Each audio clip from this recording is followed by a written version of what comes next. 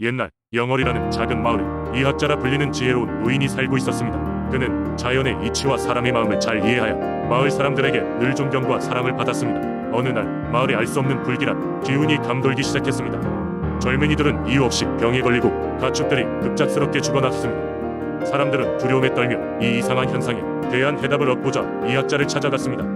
이학자는 며칠 밤낮을 고민한 끝에 마을을 괴롭히는 원인을 찾아내기 위해 산속의 신령님에게 도움을 청하기로 결심했습니다. 그는 준비물을 꾸려 보령산 깊숙이 있는 신령님의 성지로 향했습니다. 그곳에 도착한 이학자는 하얀 거미줄로 덮인 구멍 앞에서 신령님을 불렀습니다. 신령님, 부디 저희 마을을 도와주십시오. 그의 간절한 외침에 하얀 안개가 피어오르며 신령님의 모습이 나타났습니다. 신령님은 이학자에게 말씀하셨습니다. 이 마을에는 지난 세기 동안 금기시된 매장소가 하나 있단다. 그곳에 다시 연을 마주치 않는 달바가지가 묻혀있지. 그 달바가지가 썩지 못해 먼지가 되어 마을에 화를 내리고 있는 것이다. 이학자는 신령님의 말에 따라 마을로 돌아와 장로들을 소집했습니다. 그는 신령님의 계시를 전하며 매장소를 찾기 위한 문의를 시작했습니다. 마침내 장로들은 오래된 문헌과 기록을 조사한 끝에 마을 북쪽에 있는 젖은 길목에 그 장소가 있다는 걸 알아냈습니다. 이학자는 장로들과 젊은 남자들을 데리고 그 장소로 향했습니다. 그곳에서 그들은 오랜 세월 동안 묻혀있던 달바가지를 발견했습니다. 그것은 흉측한 모습이었고 부패에 가는 동안 마을에 재앙을 불러일으켰던 것입니다. 이학자는 그 달바가지를 정성껏 낮은 땅에 묻고 정화의식을 지냈습니다. 그 이후로 마을은 다시 평온을 되찾았습니다. 젊은이들은 병에서 회복되고 가축들도 건강하게 자라났습니다. 이학자의 지혜와 용기에 대한 감사의 표현으로 마을 사람들은 해마다 그를 기리는 축제를 열어 그의 이야기를 다음 세대에게 전하였습니다. 이학자의 전설은 그래서 영월에서 오늘날까지도 전해지고 있으며 사람들은 자연을 함부로 대하지 않음으로써 이학자의 가르침을 잊지 않고 지키고 있습니다. 두 번째 이야기. 옛날 옛적 태백산의 깊은 골짜기에는 돌과 나무로 이루어진 작고 조용한 마을이 있었다. 마을 사람들은 모든 농사 일과 산에서 나는 약초를 채취하며 근근히 생계를 이어갔다. 그들은 태백산의 전기를 신앙하며 자연과 조화를 이루어 삶을 이어갔다. 마을 한편에는 신비이강이 흐르고 있었는데 이 강은 말로만 들었던 하늘의 강 그 자체였다. 마을 사람들은 이 강이 천신이 내려준 선물이라고 믿으며 강가에 제단을 세우고 정성껏 제사를 지냈다. 그 강에 대해 전해 내려오는 전설이 있었으니 바로 천신이 가끔 인간 세계에 내려와 강과 마을을 보살핀다는 이야기였다. 천신은 이따금씩 강기슭에 내려와 마을 사람들 중 가장 마음이 맑고 순수한 이를 찾아 조우한다는 것이었다. 그러던 어느 날 마을에는 한 젊은 여자, 하늘처럼 푸른 눈동자를 가진 아가씨가 살았다. 그녀의 이름은 소아였고 사람들은 그녀를 가리켜 사람의 천사라며 칭송하였다. 소아는 매일 강가에 나가 부지런히 강가에 돌을 닦고 주변을 정리하며 하늘의 은총을 기원했다. 그녀는 어느 날 강가를 따라 걷다가 눈부시게 빛나는 무언가를 발견했다. 때마침 천신이 강가에 내려와 소아 앞에 나타났다. 소라는 놀라움을 감추지 못하고 얼어붙은 채 천신을 바라보았다. 천신은 부드러운 미소를 지으며 소아에게 말했다. 오랫동안 이곳을 지켜보았다. 그대의 진심이 이 강을 정결하게 만들었구나. 이에 나는 그대에게 하나의 축복을 내리고자 하네. 소아는 감격에 겨워 무릎을 꿇고 천신에게 물었다. 어떠한 축복이든 가리지 않습니다. 단 마을 모두가 행복해질 수 있도록 해주세요. 천신은 소아의 소망을 듣고 벌금을 내리듯 강물에 손을 대었다. 그러자 강물은 신비롭게도 천천히 흐르며 기적적인 전기를 뿜어내기 시작했다. 천신은 소아에게 다 강의 물을 마셔라. 그러면 이 물이 너와 마을 사람들 모두에게 건강과 풍요를 가져다 줄 것이다. 단 이 물은 오직 착하고 순수한 마음을 가진 자들에게만 해로운 것으로 변치 않을 것이다. 라고 말했다. 그 후로 마을 사람들은 강물을 마시고 건강과 풍요를 누리게 되었다. 소아는 여전히 매일 강가를 지키며 천신과의 약속을 지켜갔다. 마을 사람들이 자연을 거스르지 않도록 하면서 말이다. 그녀의 마음속에 남아있는 것은 언제나 자연과 그들의 조화 그리고 천신과의 맺은 약속이었다.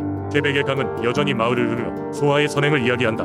하늘의 선물은 인간의 진실한 마음으로부터 오는 것임을 말이다. 세 번째 이야기. 옛날 옛적 강원도 영월의 작은 마을에는 별산대라는 이름의 수호신이 존재했다. 이 신은 마을을 지키고 번영을 불러오는 역할을 했다. 별산대 할아버지라 불리는 이 신은 하얀 독보자락을 휘날리며 마을을 돌아다니곤 했는데 주민들은 그가 나타나는 건 마을에 행운이 찾아올 징조라 믿었다. 특별히 이 신이 현실 세계에 모습을 드러내는 밤에는 하늘에 수많은 별이 촘촘히 박혀 반짝였는데 이 때문에 그를 별산대라 부르기 시작했다. 마을 주민들은 별산대 할아버지를 기쁘게 하기 위해 매년 특별한 축제를 열었다. 이 축제는 3일 동안 이어졌으며 마을의 온 주민들이 마을 회관 앞에 모여 예식과 잔치를 벌였다. 축제는 첫날 저녁 신성한 의식을 통해 시작되었다. 마을의 가장 연장자가 손에 정성스럽게 봉헌한 쌀과 바실, 고기를 들고 별산대 할아버지에게 바치며 마을의 안녕을 빌었다. 이후 이어지는 춤과 공연은 마치 신이 직접 이끄는 듯한 기운으로 채워졌다. 특히 별산대 할아버지에 대한 이야기는 마을의 어린 아이들에게까지 전해져 내려왔다. 아이들은 축제날이 다가오면 나름대로 할아버지를 기리기 위해 막대기를 모아 깃발을 만들고 서로의 얼굴에 별 모양을 그리곤 했다. 밤이 깊어지면 아이들은 서로 손을 잡고 별을 보며 별산대 할아버지의 전설을 속삭였다. 그중 오늘날까지 전해 내려오는 유명한 이야기가 하나 있다. 바로 별산대 할아버지가 마을을 괴롭히던 역병을 물리쳤다는 이야기이다. 옛날 안에 마을에는 알 수 없는 병이 돌기 시작했다. 사람들은 뜬금없이 병에 걸려 쓰러졌고 심지어는 마을을 떠나기도 했다. 두려움에 휩싸인 마을 사람들은 별산대 할아버지께 도움을 요청하기 시작했다. 그런데 어느 날 밤 비가 억수같이 쏟아지던 날 하늘에서 커다란 별똥별이 떨어졌다. 그리고 그날 밤 한 노인이 미래의 별처럼 빛나며 마을을 한 바퀴 돌았다. 이튿날 역병은 사라졌고 마을은 다시 평온을 되찾았다. 주민들은 이 기적이 별산대 할아버지의 은혜라 믿으며 더욱더 그를 숭배하게 됐다. 현재까지도 영월 사람들은 별산대 할아버지와의 약속을 지키기 위해 매년 축제를 열며 그 전통을 이어가고 있다. 별산대 할아버지의 이야기는 마을 사람들에게 신뢰와 경외심을 동시에 심어주며 전통 문화의 소중함을 일깨워주는 중요한 역할을 하고 있다. 네 번째 이야기. 옛날 옛적 대전 지역의 어느 산골 마을에 신비로운 두꺼비가 살고 있었다. 이 두꺼비는 일반적인 두꺼비와는 달리 희고 황금빛으로 빛나는 피부를 가지고 있었으며 마을 사람들은 그 두꺼비가 단순한 동물이 아닌 천상의 존재로 여겼다. 사람들은 그 두꺼비를 금두꺼비라 불렀고 마을의 수호신으로 숭배하게 됐다. 금두꺼비는 마을 사람들에게 풍요와 행운을 가져다 준다고 믿어졌으며 두꺼비가 살고 있는 연못은 신성한 장소로 여겨졌다. 마을 사람들은 매년 봄마다 두꺼비를 위한 제사를 올렸고 풍작을 기원하는 마음으로 정성스레 준비한 음식을 연못 근처에 바쳤다. 이 두꺼비 신앙은 시간이 흐르면서 더욱 깊어졌고 마을 사람들의 삶의 중요한 축제로 자리잡게 되었다. 특히 농사를 짓는 사람들은 금두꺼비가 자신들의 경작지를 지켜주고 해충과 자연재해로부터 보호해준다고 믿으며 연못 근처에서 은밀히 소원을 빌곤 했다. 어느 해 봄 마을에는 유례없이 극심한 가뭄이 찾아왔다. 사람들은 점점 지쳐갔던 그때 한 노인이 마을 사람들에게 말했다. 금두꺼비께 간절히 부탁드리면 이 가뭄도 곧 끝날 것이오. 그러자 마을의 모든 사람들은 연못가에 모여 정성을 다해 기도를 올렸다. 그날 밤 신기하게도 하늘에 먹구름이 가득 차더니 다음 날부터 비가 오기 시작했다. 사람들은 금두꺼비의 기적이라며 크게 기뻐했고 그 이후로 더욱 열렬히 두꺼비를 숭배하였다. 시간은 흘러 그 마을은 점점 번영을 이루었다. 두꺼비의 전설은 다른 마을에도 퍼져나갔고 여러 지역에서 사람들이 찾아와 금두꺼비가 산다는 연못을 방문하였다. 사람들은 두꺼비가 진짜로 풍요와 행운을 가져다 준다고 믿으며 각자의 소원을 빌었다. 그러던 중 인근의 한 마을에 사는 젊은이 하나가 대전의 두꺼비 신앙에 의구심을 품고 있었다. 그는 자신의 탐구 정신을 자극받아 두꺼비의 존재를 확인하기 위해 특별한 계획을 세우기 시작했다. 일부러 밤을 새워 연못가에 숨어있던 그 젊은이는 아무도 보지 못했다. 기묘한 장면을 목격하게 된다. 연못 중앙에서는 두꺼비가 도약하며 빛을 발하는 모습이 보였다.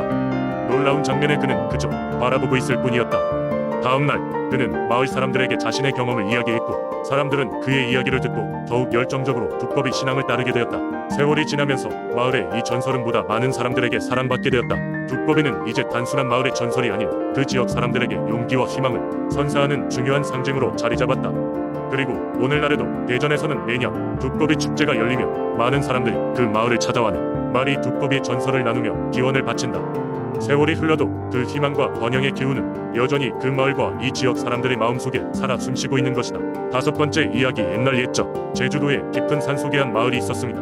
이 마을 사람들은 자연과 조화롭게 살며 신령한 존재들을 모시고 감사한 마음으로 매일매일을 보내고 있었습니다. 그 중에서도 특히 팔망당이라 불리는 신성한 장소가 있었는데 이는 모든 이들이 존경과 경각심을 갖고 접근하던 곳이었습니다. 팔망당은 마을의 수호신인 할만, 즉 제주방언으로 할머니를 모시는 장소로 그녀는 마을의 평안과 풍요를 책임지는 신령스러운 존재였습니다. 이 할망당은 마을의 높은 곳에 위치하여 온 마을을 내려다볼 수 있는 곳에 터잡고 있었고 기이한 형상의 바위와 오래된 고목들이 신비한 분위기를 자아내고 있었습니다. 할망은 특정한 날마다 마을 사람들에게 모습을 드러냈다고 전해지는데 주민들은 그날을 신성한 날로 정하고 이날에는 누구도 농사일을 하지 않고 마을 공동체가 모두 모입니다. 마을의 중년 여성들이 앞장서서 흰 옷을 차려입고 제사를 올리며 젊은이들은 주변을 청소하며 존경의 예를 갖추었습니다. 아이들은 장난을 칠 생각을 하지도 못하고 어른들의 동작을 따라하며 경건한 모습을 보였습니다. 제사를 마치고 나면 할망에게 마을의 안녕과 풍요로운 수확을 기원하는 기도를 올렸습니다. 어느 날 서울에서 온 젊은 남자가 제주에 여행을 와서 호기심에 이끌려 할망당에 방문하게 되었습니다. 당시 마을 사람들 사이에는 외지인 이 할망당에 무례하게 굴면 큰 재앙이 닥친다는 이야기가 내려오고 있었지만 도시에서 생활한 남자는 그것을 가볍게 여겼습니다. 그는 주변의 만류에도 불구하고 할망당의 돌들을 손으로 만지며 조심스럽게 스케치북에 그림까지 그리기 시작했습니다. 그 모습을 본 마을의 한 엄마는 무언가 큰일이 일어날 것을 걱정하며 그를 말리려 했으나 이미 할망당 주변으로 묘한 기운이 감돌기 시작했습니다. 남자가 할망당을 내려오던 날 밤 마을 곳곳에는 알 수 없는 바람이 불어 작물들이 심하게 흔들리고 나무들은 큰 소리를 내며 울부짖기 시작했습니다. 마을 사람들은 급히 모여 어찌할 바를 몰라 안절부절 못하고 있었고 이튿날 아침이 되어서야 바람은 누그러들었습니다. 놀란 마을 사람들은 급히 할망당을 찾아가 정성을 다한 숙제의 제사를 드린 뒤에 비로소 소란스러운 일이 잦아들었습니다. 반성의 시간을 보낸 그 젊은 남자는 마을 사람들에 의해 다시는 할망당을 암으로 찾지 않겠다고 약속하였습니다. 이후로는 그의 마음속에 제주도 민속신앙에 대한 깊은 경외심과 존경심이 자리 잡았고 그는 마을 사람들과도 좋은 관계를 유지하며 마을의 일손을 도우며 머물게 되었습니다. 이러한 경험을 바탕으로 그는 제주 민속신앙의 깊은 의미를 이해하게 되었고 이를 세상에 알리기 위해 제주도 신앙 이야기를 연구하여 책으로 펴내게 됩니다. 그의 책은 많은 이들에게 제주도 이 아름다움과 신앙의 깊이를 전달했으며 외부 사람들에게도 이러한 문화가 얼마나 중요한지를 알게 하는 계기가 되었습니다. 이후로에도 할망당은 여전히 그 자리에 남아 마을 사람들의 평화와 안녕을 지켜주는 신성한 장소로서 그 역할을 다했습니다. 그리고 마을 사람들은 여전히 할망을 경배하며 자연과 조화를 이루며 살아갔습니다.